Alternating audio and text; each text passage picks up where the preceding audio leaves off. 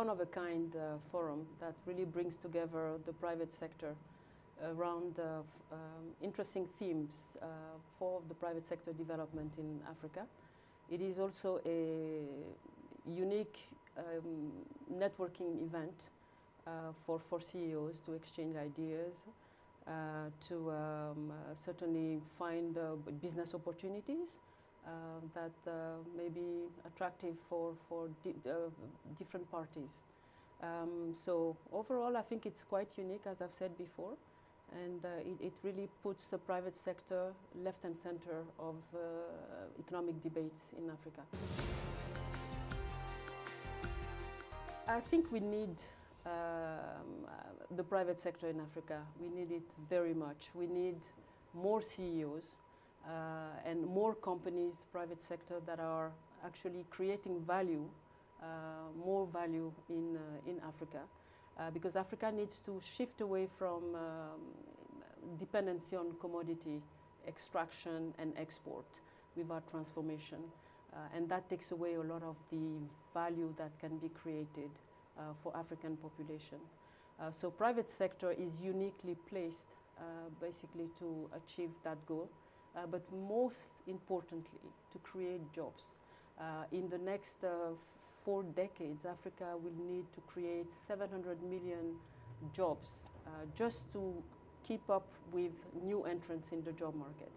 And those jobs will not be created by the private sector, they'll be created by the public sector, but by the private sector. That's what I was talking about the ability to leapfrog. These are disruptive technology. If you look, for example, in the area of banking and finance, you have the whole field of fintech. And by the way, it's not a movement that only affects Africa.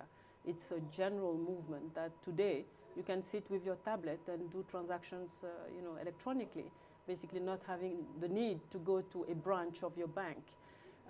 But what is happening in that field is that there are technologies that have brought down the cost of acquiring and serving customers, say for example in rural areas, to a level that has never been seen before. And these are the kind of technology that Africa needs to leverage to be able to create financial inclusion, to bring farmers, for example, to markets, and essentially create opportunities for these people. Well, I think African economy, as I said before, they need to get away from the dependence on commodities. It's very uneven. You go from highs to lows. If you want stability, sustained growth over time, you need to be able to produce a lot more locally, finished products, put value addition to your agricultural product, for example, or your mining products, and be able to export part of it. It is opening up opportunities for them.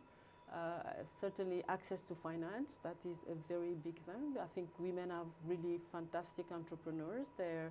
And if you are a banker, you know that when you lend to a woman, the chances of recovering your money are much higher than for a man.